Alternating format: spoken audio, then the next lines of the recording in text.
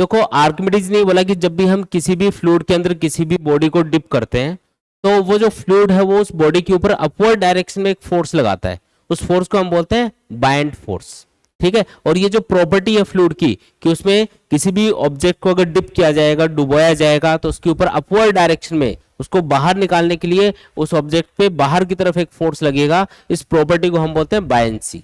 जैसे मान लो कि ये एक बर्तन है जिसके अंदर अब कोई फ्लूइड भरा हुआ है, पानी भरा हुआ है सपोज करो। अब हमने क्या किया, ये एक ऑब्जेक्ट है, इसको इसके अंदर डिप कर दिया। जैसे आप इसको डिप करोगे तो जितना भी इस बॉडी का वॉल्यूम होगा उतना वॉल्यूम फ्लूइड का डिस्प्लेस हो जाएगा। डिस्प्लेस मतलब बाहर निकल जाएगा पानी।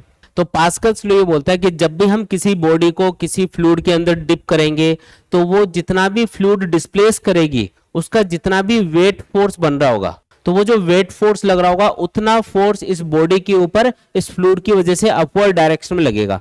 ये जो अपथ्रस्ट है या फिर बाइंड फोर्स है ये बराबर होगा डिस्प्लेस्ड लिक्विड के वेट के।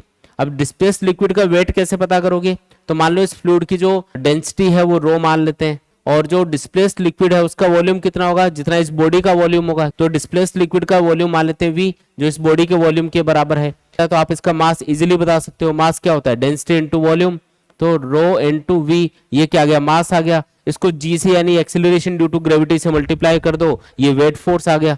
डिस्प्लेस्ड लिक्विड का जो वेट फोर्स होगा वही किसके बराबर होगा, इस बॉडी पे लगने वाले अपथ्रस्ट के बराबर होगा या बाइंड फोर्स के बराबर होगा।